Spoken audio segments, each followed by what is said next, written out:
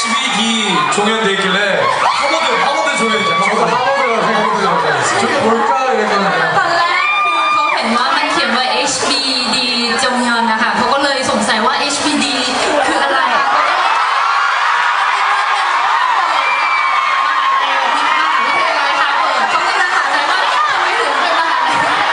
하버드 유니버시티.